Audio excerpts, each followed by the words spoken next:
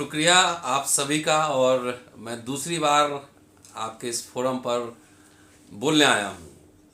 एक बार मुझे लगता है खरखर डुमा कोर्ट में मैं गया था बोलने के लिए, और ये वर्चुअल ऑनलाइन मोड में आज बोल रहा हूँ। सबसे पहले आप सभी को सावित्री बाई फुले और जयपाल सिंह मुंडा दोनों की जयंती है, आज जन्मदिन की बधाई। और आज मैं अम्बेडकर नामा मेरा यूट्यूब चैनल है, उसी पे कुछ पढ़ रहा था, बना रहा था। मैं सोच रहा था कि इतने लर्नेड फोरम पे मैं क्या बोलूं। तो जब पढ़ रहा था तो मुझे लगा एक एस्पेक्ट है जिस पे बहुत चर्चा नहीं हुई है, उस पे मुझे अपनी बात रखनी चाहिए। और जैसे मेरी दिलचस्पी, मैं बहुत ज़्यादा कविता न लिखता हूँ न बहुत ज़्यादा पढ़ पाता हूँ, लेकिन जब मैं पढ़ रहा था तो मेरे नज़रों से जो पंक्तियाँ गुजर रही थी सावित्री बाई फुले की कविताओं का, उस पर मेरी नज़र गई।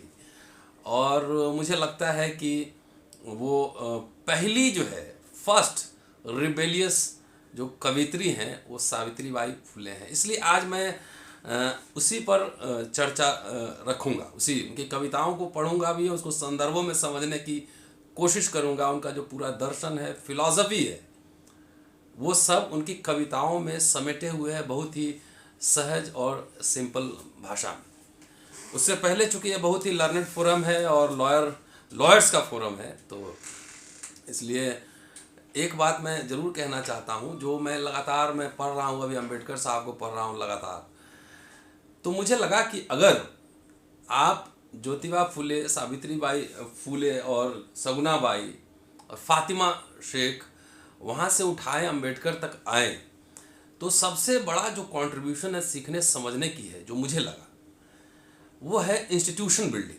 संस्थाओं का निर्माण। कि सावित्री बाई फुले स्कूल भी चलाती हैं।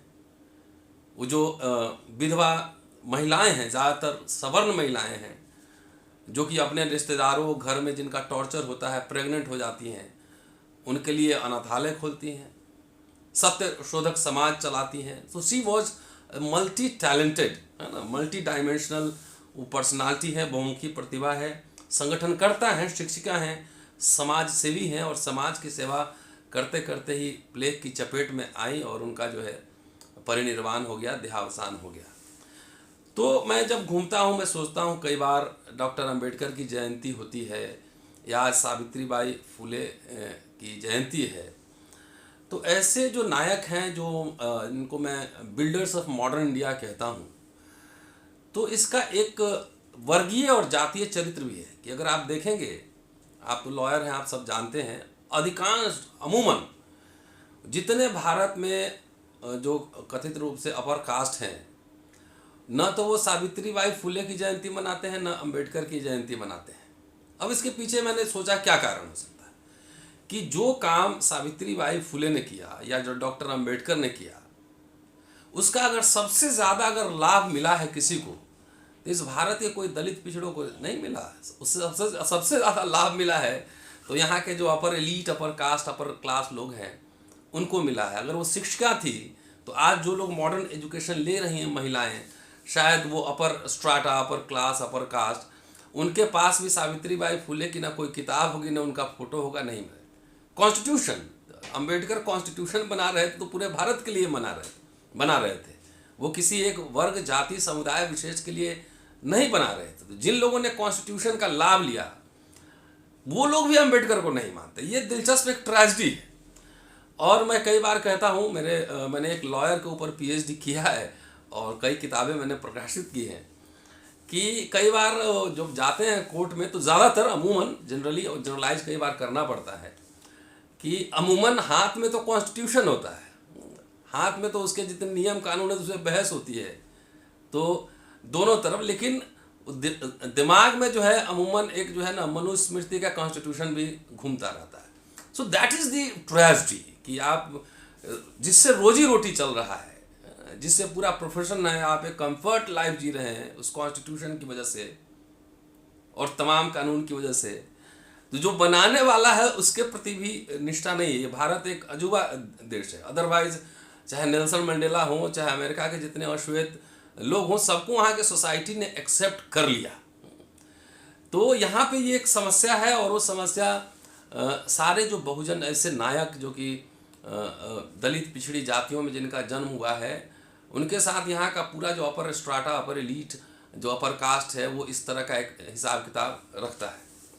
बहरहाल मैं आता हूँ, कुछ कविताओं को मैं सुनाना चाहता हूँ, सावित्री बाई फुले की कविताओं को। अगर पूरा कंटेंट देखेंगे तो आपको लगेगा कि वो पहली जो है विद्रोही कवित्री हैं, और उनकी जो कविता का जो संग्रह है वो काव्य फूले 1854 में प्रकाशित हुआ था। तब महज वो 23 वर्ष की थी, अर्थात मुझे लगता है 16-17 साल, 19-20 साल की उम्र से ही उन्होंने कविता लिखना शुरू कर दिया था।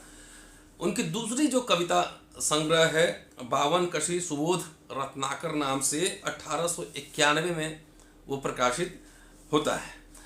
और जो एक इंटरेस्टिंग जो कविता उनकी है, मैं उनसे शुरू करना चाहता हूँ कि उनकी जो एक इंटेलेक्चुअल मेंटर जो थी वो थी सगुना बाई। और सगुना बाई फातिमा शेख और सावित्री बाई फुले को अगर मिला दें तो ये सबसे पहले भारत की आधुनिक शिक्षिका हैं तीनों, इसलिए तीनों को एक साथ याद भी किया जाना चाहिए। तो इंटेलेक्चुअल जो ग्रूमिंग हो रहा है सावित्री बाई फुले का, वो सगुना बाई के लीडरशिप में हो रहा है। वो उनको पढ़ा रही हैं, समझा रही हैं। तो उनके ऊपर उन्होंने एक कविता लिखी है। कविता का नाम है हमारी माँ। वो लिखती हैं कि बहुत मेहनती माँ थी हमारी, प्यार दुलार पूर्ण अरु प्यारी, और दयालु बहुत बड़ी थी, यह सागर भी उसके आगे लगता कमतर खाली खाली। उसके आगे आसमान भी झुका झुका सा रहता था। माँ जब घर आई थी हमारी, बैठी ज्यों चितचोर मयूरा। साक्षात वह मूर्तिमंत थी, विद्या की शक्ति न्यारी थी, हृदय में हमने रखा उसको बसाकर। ये पहला, ये बहुत इंटरेस्टिंग है, जो अपने माँ को समर्पित करती हैं।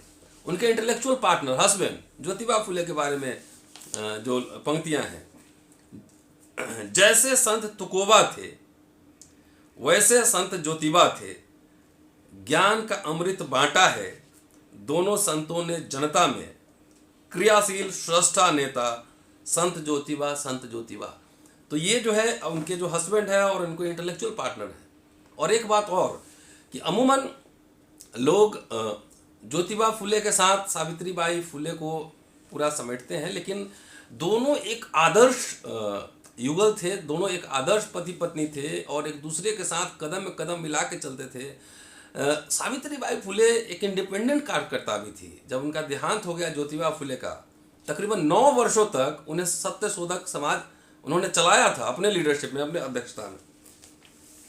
एक और कविता में जो याद करती हैं ज्योतिबा फुले को, जिनकी सहज प्रेरणा से मैं कविता का सृजन करती, जिनके सरल स्नेह भाव से मुझे परम आनंद मिले हैं, जिन्होंने सावित्री को दी है सद्बुद्धि सद्ज्ञान की सरिता, पढ़ा लिखा कर जिन्होंने मुझको दी इंसानी समता, करती हूँ प्रणाम हृदय से ऐसे संत ज्योतिबा को। तो ये अपने जीवन में ये क्रेडिट देने में ना, क्रेडिट देने में कंजूस नहीं थी, खूब दिल से वो क्रेडिट देती थी। अब चलिए मैं आ रहा हूँ कि आखिर उनके कविताओं के संग्रह को पढ़ेंगे तो उसमें जो कंटेंट है ना, एकदम रिबेल कंटेंट है, और उसमें बार बार इक्वलिटी की बात हो रही है, किसी के साथ किसी तरह का अन्याय न हो, हर इंसान मानवीय गरिमा के साथ जीवन व्यतीत करे। ये उनके पूरे कविताओं के संग्रह का थीम है। और अपनी कविताओं में उन्होंने सबसे ज़्यादा जो चोट किया है वो मनुवाद, जाति व्यवस्था के भेदभाव, स्त्री पुरुष के बीच जो असमानता है, इसके ऊपर उन्होंने जोरदार अटैक किया है। एक कविता है शूद्रों का दर्द, उसमें वे लिखती हैं, शूद्रों का दर्द 2000 वर्ष से भी पुराना है, ब्राह्मणों के षड्यंत्रों के जाल में फंसी रही उनकी सेवा। छोटी छोटी कविताएं हैं उनकी।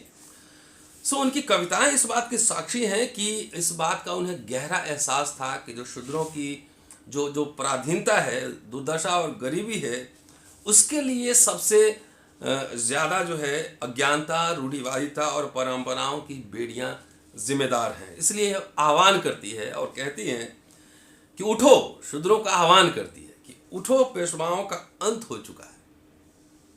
यह अच्छा अवसर है जब तुम अपनी गुलामी की परंपरा को तोड़ सकते हो। लेकिन वो एक बात की चेतावनी भी देती हैं कि तुम मनुवादी शिक्षा मत लेना। वो लिखती हैं, उठो अरे अति क्षुद्र तुम, यह गुलामी की परंपरा की पेशवा मनुवादी पेशवा मर मिट चुके, खबरदार मत लेना मनुवादी विद्या। तो यहाँ पे संदर्भ यह है कि अंग्रेज़ों के आने के बाद पहली बार एजुकेशन का दरवाज़ा जो है वो महिलाओं के लिए, शूद्रों अति शूद्रों के लिए खुलता है। और इसलिए वो कह रही हैं बार बार कि अंग्रेज़ी शिक्षा पे जोर दे रही हैं, अंग्रेजी शिक्षा पे दो। अपनी एक कविता में वो कहती हैं, ज्ञानदाता अंग्रेज जो आए, अवसर पहले ऐसा न पाया, जागृत हो अब उठो भाइयों, उठो तोड़ दो परंपरा को, शिक्षा पाने उठो भाइयों।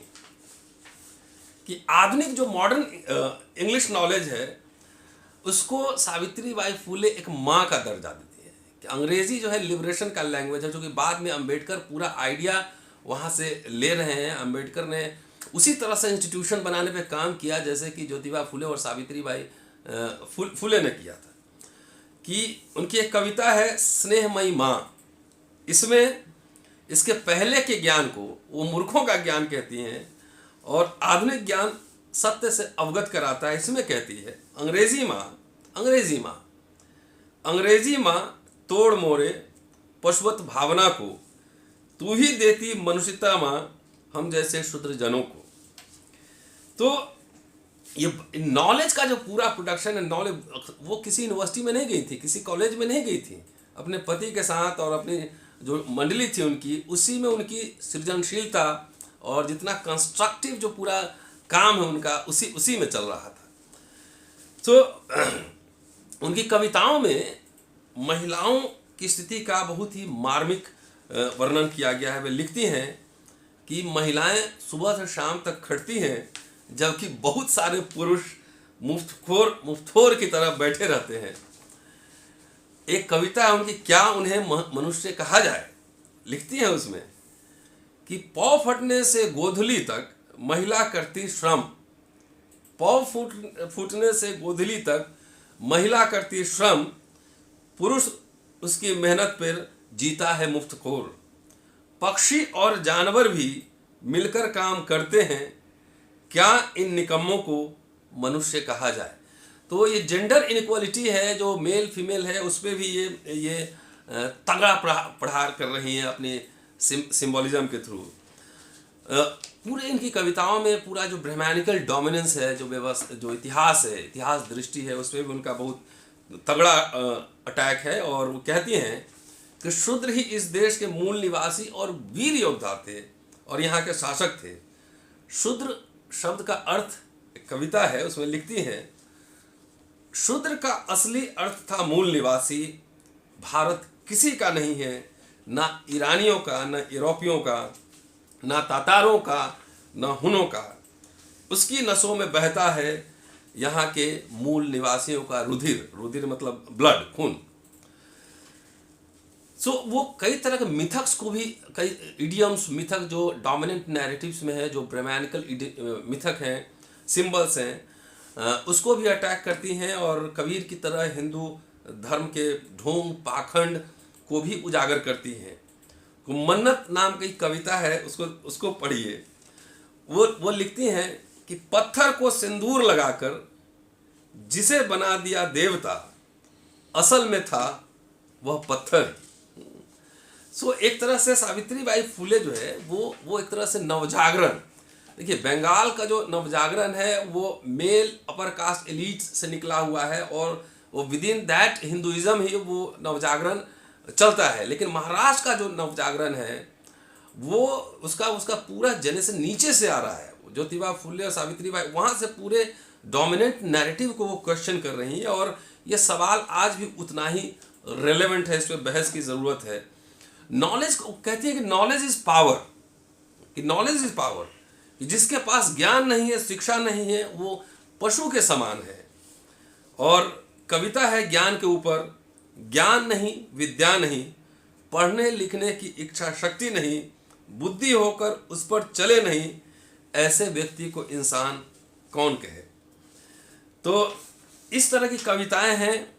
और जो मेल डोमिनेंस जो कहती हैं कि निठल्ले व्यक्ति बैठ के खाना खाते रहते, काम नहीं करते हैं, तो उनकी कविताओं में श्रम की भी प्रधानता है, द डिग्निटी ऑफ लेबर। और उसको रेखांकित करते हुए वो कहती हैं कि जो करे न जरा श्रम, ज्योतिष पर करे भरोसा, स्वर्ग नरक के चक्कर में दिन रात घिरे फिरे, वैसे तो निठल्ला पशु भी न कोई, उसे भला कैसे इंसान कहें। अंतिम में चलते चलते एक दो और छोटी छोटी कविता सुनाता हूं, क्योंकि टाइम मुझे लगता है हो गया, 20 मिनट का टाइम दिया गया था। आज़ादी बहुत ही चर्चे में शब्द रहा है, आज़ादी, और इसके लिए भारत में कितने मुकदमे हुए हैं हाल के दिनों में। आज़ादी भी एक उनका सेंट्रल थीम है। और आज़ादी किस चीज़ से? कास्ट सिस्टम से, और जो मेल डोमिनेंस है उससे। और उसमें कह रहे हैं कि जिसे न हो गुलामी का दुख, जिसे न हो गुलामी का दुख, न हो अपनी आज़ादी छीनने का मलाल, न आवे कभी समझ इंसानियत का जज्बा, उसे भला कैसे कहें इंसान हम। तो इस तरह से उनकी कविताएं जो हैं वो आधुनिक चेतना से बहुत लैस है, उसमें स्वाभिमान है, डिग्निटी है, जो कि बाद में अम्बेडकर का पूरा आइडिया अगर देखेंगे तो लिखते हैं कि nothing is more disgraceful for a brave man than to live a life devoid of self respect. और उससे पहले देखिए सावित्रीबाई फुले की वो कविता, स्वाभिमान से जीने हेतु बेटियों पढ़ो लिखो खूब पढ़ो, पाठशाला रोज जाकर नित अपना ज्ञान बढ़ाओ, हर इंसान का सच्चा आभूषण शिक्षा है, हर स्त्री को शिक्षा का गहना पहनना है, पाठशाला जाओ और ज्ञान लो। तो विमेन एम्पावरमेंट के लिए उस शिक्षा को बहुत इंपॉर्टेंट मान रही है। कह रही है कि जो आभूषण पहनते हैं उसको छोड़िए, एजुकेशन सबसे बड़ा आभूषण है, और शिक्षा को एकदम सूरज की रोशनी की तरह मानती है। और ज्योतिबा से संवाद शीर्षक अपनी कविता में वो कहती हैं, सुनिए देखिए ज्योतिबा, चंद्र अस्त हुआ तो सूर्योदय हुआ, प्रातः का अद्भुत उजियारा, कहे ज्योतिबा सावित्री से, सच कहा तुमने पीछे हटा अंधेरा, देखो ज्ञान के उजियारे में शूद्र अतिशूद्र महार सचमुच जाग गए हैं। मिला जुलाकर मैं कंक्लूड कर रहा हूँ कि अभी जिस तरह की समस्याएं हैं और जो मामला है, मुझे लगता है कि सावित्रीबाई फुले को बार बार पढ़ा जाना चाहिए और विभिन्न भाषाओं में उनकी लेखनी का अनुवाद होना चाहिए। जो समस्या उनके समय थी, मोर और लेस आज़ादी के बाद ये महिलाओं के प्रति या श्रम को लेकर, लेबर के क्वेश्चन को लेकर या कास्ट के इशू को लेकर, यहीं पे धर्म संसद हो रहा है, गांधी को गाली दी जा रही है, गोडसे का महिमा मंडन हो रहा है। गांधी अंबेडकर में तमाम मतभेद थे, लेकिन कभी दोनों ने एक दूसरे के लिए कोई अपशब्द का इस्तेमाल नहीं किया। तो मुझे लगता है कि महान विभूतियों को जो उनके राइटिंग से चिंतन है, हर वर्ष, हर दशक में, हर युग में उसको पढ़ा जाना चाहिए, क्योंकि वही इनजस्टिस के खिलाफ वही ताकत देता है लड़ने के लिए। शुक्रिया, थैंक यू।